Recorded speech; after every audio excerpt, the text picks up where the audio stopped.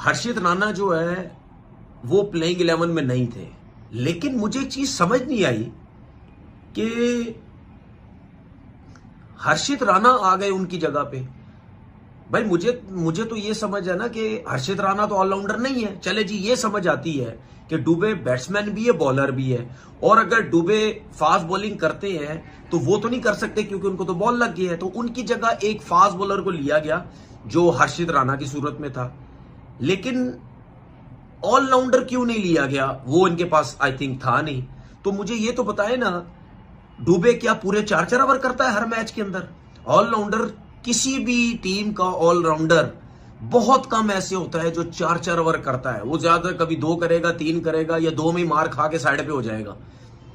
हर्षित राणा एक regular bowler है और रूल ये कहता है आईसीसी का कि आप कंकशन रिप्लेसमेंट वो देंगे जो किसी एक टीम को एडवांटेज ना दे रही हो। लाइक अगर कोई स्पिनर है तो स्पिनर, लाइक एक बॉलर है तो बॉलर होगा, बैट्समैन है तो बैट्समैन होगी, ऑलराउंडर हो तो ऑलराउंडर होगा।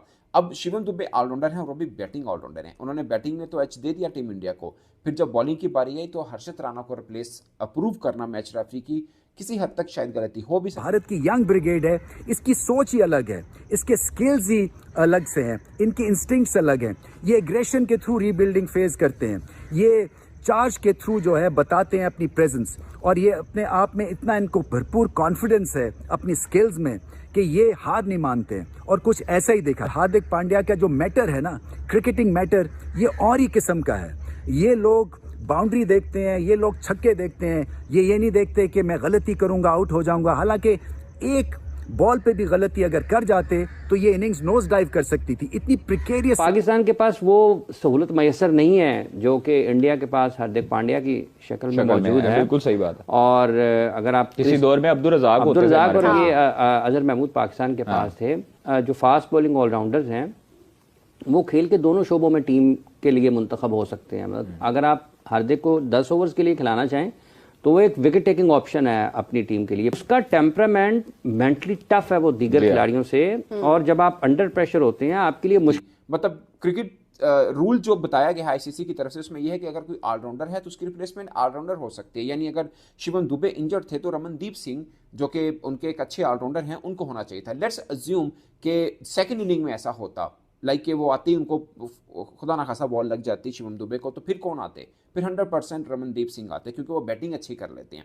अब चूंकि उनको बॉलिंग की जरूरत थी तो इंडिया ने स्मार्टली मूव किया और उन्होंने बोला कि हम हर्षित राणा चाहिए। अब ये रेफरी की स्वाबदीद होती है, इख्तियार बेसिकली रेफरी के पास होता है कि वो चूज करता है कि वो अप्रूव करे ना इसका वो नाम अप्रूव करे या ना करे। अब चूंकि रेफरी ने अप्रूव किया और इंडिया ने स्मार्टली मूव किया, जो कि शायद क्रिकेट सेंस के ऊपर आप कह सकते हैं कि उनको रमनदीप सिंह का के नाम रेफरी को भी अप्रूव करना चाहिए। की सीरीज जीती है मेरे ख्याल से इस टीम से जो साउथ अफ्रीका में तो करके आए हैं, वो मेरे ख्याल से उससे ज्यादा मजबूत टीम इंग्लैंड की थी। और इतनी बड़े बड़े दावे किए जा रहे थे कि इंग्लैंड टीम 10 साल से जीती नहीं है तो इस बार जीत के ना चली जाए क्योंकि टाइम अच्छा नहीं था। लेकिन वो रेड बॉल क्रिकेट में था, लेकिन ये व्हाइट बॉल क्रिकेट है। ये वो टीम है जो एक सिस्टम के थ्रू बनी है। क्लैरिटी आप देखें कि कौन सी टीम, अब T20 यही है कि आप या आउट हो जाए 100 में, या फिर आप इतना टोटल करें कि आप फाइट कर सके, 130-40 ना करें। और ऐसी पिच पे आप 130-40 करके नहीं जीत सकते। तो उन्होंने एक गेम अवेयरनेस, ये सारी अप्रोच नजर आई है जो 181 रन बनाया। और आज जैसे बैटिंग नजर आई है, बॉलिंग में नजर आई है, हर्षित राणा ने जैसे बॉलिंग की है, मुझे लगता है कि अगर बुमराह ना हुआ तो हर्षित राणा चैंपियंस ट्रॉफी में जरूर आएगा। जैसे उसने पेस के साथ बॉलिंग की है, जैसे 3 विकेटें ली हैं, रवि बिश्नोई या वरुण चक्रवर्ती जैसे बॉलिंग करता हुआ आ रहा है T20 में, मुझे लगता है कि जितने एक टाइप के स्पिनर रखे हैं चैंपियंस ट्रॉफी में ये होता तो शायद स्पिन डिपार्टमेंट और ज्यादा मजबूत हो जाता है हिंदुस्तान की टीम का, जहां पे मैचेस उन्होंने चैंपियंस ट्रॉफी के खेलने हैं।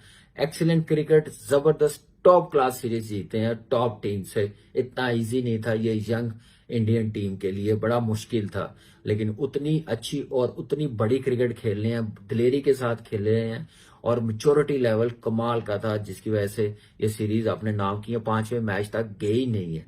ये है बैकअप प्लेयरों का कॉन्फिडेंस जो आज इंडिया के पास है, आज इंग्लैंड के पास है, ऑस्ट्रेलिया के पास है। हमारे पास आता है तो सीधा वर्ल्ड कप में ही आता है, आईसीसी इवेंट में आता है ठग करके। उससे पहले कोई तैयार नहीं किया जाता, कोई मौके नहीं मिले जाते। ये फर्क है नंबर 1 टीम होने का, ये फर्क है सिस्टम स्ट्रॉन्ग करने का, ये फर्क है प्रोसेस बेहतर करने का, अपने सिस्टम को बढ़ाना, एक्सटेंड करना, प्रोसेस को बेहतर करना, जिसकी वजह से बड़ी बड़ी टीमों से यंग टीम इंडिया की आप देखें कि कैसे जीतती है, किस क्लैरिटी के साथ, किस अप्रोच के साथ खेलते हैं, इसलिए कामयाबी है मिलती